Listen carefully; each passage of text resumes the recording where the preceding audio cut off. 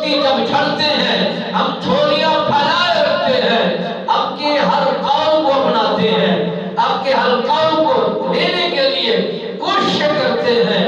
اس سے پہلے کبھی ایسا عمل نہیں فرمایا، اس سے پہلے کبھی بھی اس طرح کے جملے استعمال نہیں فرمائے۔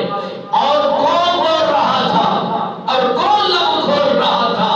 نہ کسی کو ہم نے آپ سے کلام کرتے دیکھا، نہ آپ سے بات کرتے دیکھا، نہ ہی گفتگو کا انداز کرتے ہوئے دیکھا، مگر یہی کچھ آمین کے جملے آپ کے زبان حال سے بولتے ہوئے ہم نے اپنی سماعتوں کی نظر کیا۔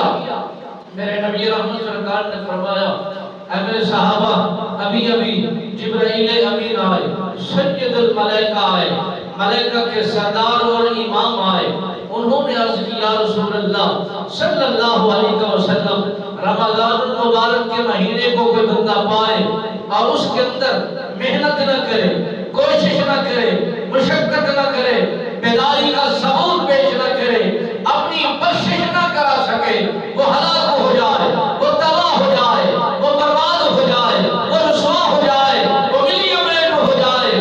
میرے مصطفیٰ نے فرمایا، میرے صحابہ، میں نے اس کے اس محبت بھرے جملوں کو سنتے ہی میں نے یہی سمجھا رحمت کے 300 دروازے کھلے ہوئے ہو، رحمت برسائی جا رہی ہو اور ندائیں کی جا رہی ہو، منادیاں کی جا رہی ہو، پھر بھی غفلت کے اندھیرے میں میرا کلمہ پڑھنے والا رہ کر زندگی کو بسر کرتا رہے۔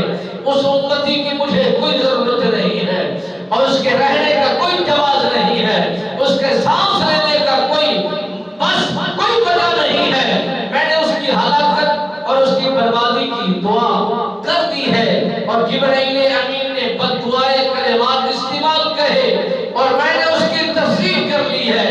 میرے مصطفیٰ نے فرمایا، جب میں نے دوسری سیڑھی پر قدم جمایا تو عرش کے ملائکہ عرض کرتے ہیں یا رسول اللہ، دوسری سیڑھی پر جب قدم کو جما کر آمین بول رہے تھے، اس میں راز کیا تھا؟ اس میں وجہ کیا تھی؟ حکمت کیا تھی؟ میرے مصطفیٰ نے فرمایا، عرش کے ملائکہ جبرائیل امین پاک نے فرمایا کہ یا رسول اللہ، اللہ اتنا راضی ہوتا ہے جب انسان اپنے والدین کو راضی کرتا ہے۔ رب نے فرمایا، جو مجھے راضی کرنا چاہتا ہے وہ باپ کی صورت میں آئے، باپ کو راضی کرے۔ یوسف نے اسے خدا کو راضی کر لیا ہے۔ اگر جس نے اپنے والد محترم کو راضی کر لیا اور وہ راضی ہو گیا اور اس نے اللہ کی بارگاہ میں فریاد کر دی اور رب نے اس سے صلح فرما لی، اور اگر میرے رب نے فرمایا کہ اگر وہ جنت طلب کرنا چاہتا ہے، رب نے فرمایا کہ میں نے ماں کے طلبوں میں جنت کو رکھا ہے۔ امتی اپنی ماں کے طلبوں کو چوم لے اور اس کی خدمت کر لے، اسی کو راضی کر لے۔